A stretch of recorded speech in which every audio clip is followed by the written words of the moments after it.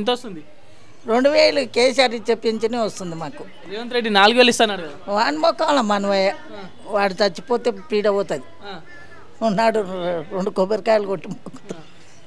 బతుకమ్మ చీరలు వస్తున్నాయా మరి? ఏది లేదు బిడ్డ. మొన్న గోపినాథ్ పెండ్లం ఇచ్చిపోయింది. వాడి చీరలే పింఛన్లే ఏం లే. కరెంటు మనకు 200 యూనిట్లు ఫ్రీగా ఇస్తున్నాడు కదా, వస్తుందా? ఏమొస్తలేదు. 500కే సిలిండర్ అన్నాడు. ఏ అమ్మో 950 పెట్టి తీసుకున్నది.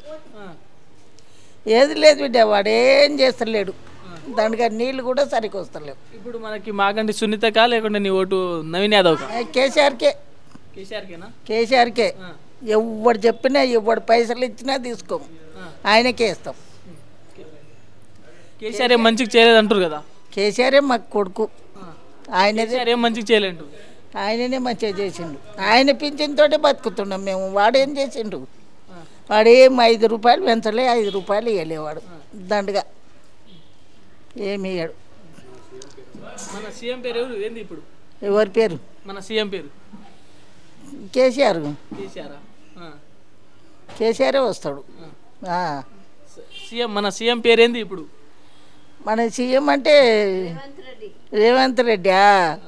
ఏమని పేరు తీయొద్దు. దండగా వాడు రాడు. ఇప్పుడు ఆయననే వస్తుంది అంటారు. ఇక్కడ కేసీఆరే వస్తాడు బిడ్డ. జీవితంలో కేసీఆరే మాకు. ఆయననే. ఎవ్వరు రాడు. అందరు పైసలు ఖర్చు పెట్టుకునేది కానీ ఎవ్వరు రాడు. వస్తే గోపినాథ్ పెండ్లం వస్తుంది, వస్తే కేసీఆర్ వస్తాడు. ఇంకెవ్వరు రాడు.